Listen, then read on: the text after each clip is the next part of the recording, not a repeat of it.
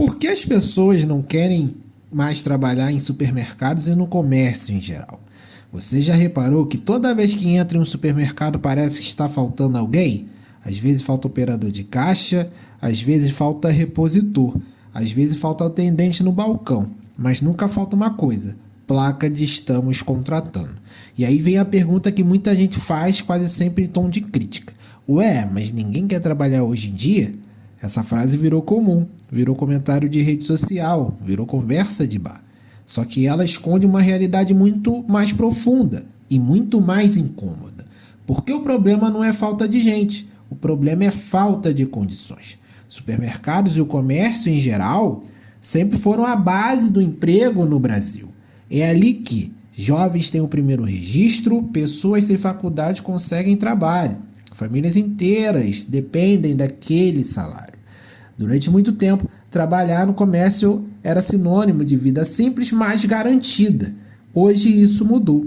E mudou tanto que empresas estão desesperadas por funcionários, enquanto os trabalhadores estão fugindo desse setor.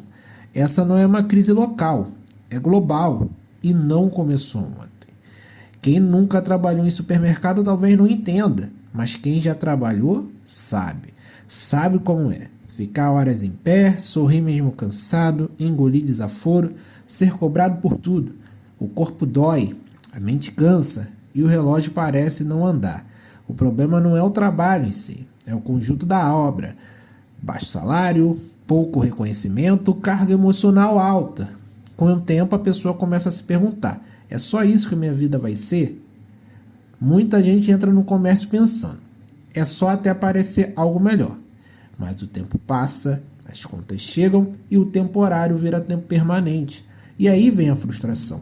Porque o esforço não gera crescimento, a dedicação não gera promoção e a experiência não gera valorização. O trabalhador percebe que está preso num ciclo.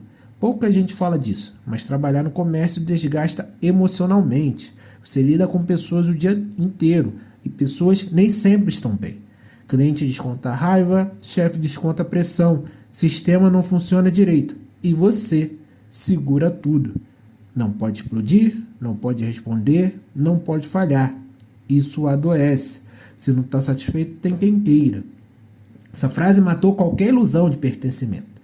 Ela diz basicamente: você é substituível, aguenta ou sai. E muita gente escolheu sair. Nos últimos anos algo mudou. As pessoas começaram a comparar tempo, saúde e dignidade. E perceberam que ganhar pouco trabalhando menos, às vezes é melhor do que ganhar pouco se destruindo. Então, quando alguém diz: ninguém quer trabalhar em supermercado, talvez a frase correta seja: as pessoas não querem ser mais exploradas. E isso muda tudo. No próximo bloco, a gente vai entender como o comércio ficou preso no passado, enquanto o mundo seguiu em frente. E por isso criou essa crise que vemos hoje. Antigamente, trabalhar em supermercado ou no comércio em geral tinha um significado muito claro. Não era glamour, nunca foi, mas tinha sentido. Era o tipo de trabalho que as pessoas aceitavam porque acreditavam em algo maior lá na frente. A ideia era simples: você entra por baixo, aprende, cresce e melhora de vida. E durante muito tempo isso funcionou, pelo menos para alguns. Quem tem mais idade lembra bem. Supermercado era quase uma escola informal de trabalho, onde o jovem aprendia a chegar no horário, respeitar a hierarquia, lidar com pessoas, ganhar responsabilidade. O empacotador virava repositor, o repositor virava operador de caixa, o operador de caixa com sorte virava encarregado. Não era rápido, mas parecia possível. Hoje isso soa como uma lenda. Naquela época o custo de vida também era outro, com um salário simples dava para ajudar em casa, pagar transporte, comer minimamente bem. Ninguém ficava rico, mas também não vivia sufocado o tempo todo. O trabalho cansava o corpo, mas não esmagava a alma. Outro ponto importante: o ritmo era diferente. Menos cobrança, menos metas absurdas, menos controle obsessivo. Não tinha aplicativo contando cada segundo da sua produtividade. Não tinha um ranking de quem vendeu mais cartão no dia. Você trabalhava e pronto. Hoje, parece que cada funcionário carrega um cronômetro invisível nas costas. E o respeito. Isso mudou muito. Antigamente, o funcionário do comércio era visto como um trabalhador. Hoje, muitas das vezes, é tratado como extensão da máquina. Se o sistema cai, a culpa é dele. Se o preço está errado, a culpa é dele. Se a fila está grande, a culpa é dele. Mesmo quando ele não tem controle nenhum sobre nada. E não é só o cliente que mudou. A gestão mudou, ou melhor, piorou. Com o passar do tempo, o comércio começou a copiar modelos industriais. Mais pressão, menos pessoas, mais cobranças, menos diálogo. A lógica virou simples. Com menos gente, dá para produzir mais. Isso na teoria. Na prática, quem paga é quem está na linha de frente. Antes, existia um certo orgulho em dizer: trabalho no mercado há 10, 15, 20 anos. Hoje, virou quase um alerta. As pessoas escutam isso e pensam: caramba, como você aguentou? Olha como isso diz muito. Outro ponto que mudou foi a expectativa. Antigamente, o comércio era visto como um degrau. Hoje, virou um beco sem saída para muita gente. O funcionário olha para frente e não vê plano de carreira, não vê aumento real, não vê reconhecimento, só vê mais trabalho. E quando a pessoa percebe isso cedo, ela faz o quê? Sai. Sai antes de se apegar, sai antes de adoecer, sai antes de se conformar. E isso explica por que a rotatividade é tão alta hoje. Antigamente, o comércio segurava pessoas por anos, hoje segura por meses, às vezes semanas. E não é porque as pessoas ficaram fracas, é porque ficaram mais conscientes. Tem uma frase que resume bem essa mudança de época. Antes, a gente aceitava muita coisa porque não sabia que podia ser diferente. Hoje sabe. Hoje, a comparação é inevitável. O trabalhador compara o esforço que faz no mercado com o retorno que recebe. E compara isso com outras opções. Mesmo opções informais, mesmo opções instáveis. Por quê? No final das contas, ninguém quer estabilidade na infelicidade. E aí o comércio começa a perder a batalha. Não porque as pessoas não querem trabalhar, mas porque não querem mais aceitar qualquer coisa. Quando alguém mais velho diz: no meu tempo a gente aguentava, talvez a resposta correta seja: sim, mas a gente não precisa mais aguentar. E isso não é rebeldia, é evolução. Vamos falar do ponto que quebra qualquer discurso bonito: o dinheiro. Porque no fim do mês não é motivação que paga o boleto, não é espírito de equipe que paga aluguel, não é oportunidade quem enche geladeira. Durante muitos anos o salário do comércio foi baixo, mas a vida era mais barata. Hoje o salário continua baixo, mas a vida ficou caríssima. E é aí que a conta não fecha mais. Trabalhar em supermercado, na maioria dos casos, significa ganhar salário mínimo um pouco acima disso. Agora pensa comigo, esse salário precisa pagar aluguel, água, luz, gás, transporte, comida e muitas vezes ajudar alguém da família. Só que na prática o dinheiro acaba antes do mês. E quando isso vira rotina, o trabalhador entra num estado constante de ansiedade. Muita gente que trabalha no comércio não vive, ela sobrevive. Sobrevive contando moedas, sobrevive escolhendo o que não vai pagar, sobrevive torcendo para não ter nenhum imprevisto. Porque se tiver, acabou. E sabe o que mais revolta? É perceber que o esforço é gigantesco, mas o retorno é mínimo. Você trabalha em pé, carrega peso, lida com o público, engole desaforo. E no fim do mês recebe um salário que mal cobre o básico. Isso gera um sentimento perigoso, a injustiça. A pessoa começa a pensar: se eu trabalhar menos em outro lugar e ganhar quase a mesma coisa, por que eu vou continuar aqui? E ela está errada? Outro ponto pouco falado: o salário do comércio não acompanha a inflação real. O preço da comida sobe rápido, o preço do aluguel dispara, mas o salário sobe devagar ou não sobe. Na prática, o trabalhador empobrece trabalhando e ninguém aceita isso por muito tempo. Muitos empresários ainda usam o argumento: mas é o que o mercado paga. Só que o mercado mudou. Hoje o trabalhador compara e quando compara percebe que o esforço não compensa. Esse é um dos principais motivos da fuga. Não é falta de caráter, é matemática. Agora vamos falar de algo que pesa tanto quanto o salário: o tempo, ou melhor, a falta dele. A famosa escala 6x1. 6 dias trabalhando, um dia de folga. E muitas vezes essa folga cai numa terça, numa quarta, num dia que ninguém pode encontrar você. Enquanto isso você trabalha sábados, domingos, feriados, quando todo mundo descansa. O trabalhador do comércio vive fora do calendário social. Ele perde aniversários, encontros, churrascos, momentos simples. Isso vai isolando a pessoa. O cansaço não é só físico, é emocional. Você começa a sentir que a vida está passando e você só assistindo de longe.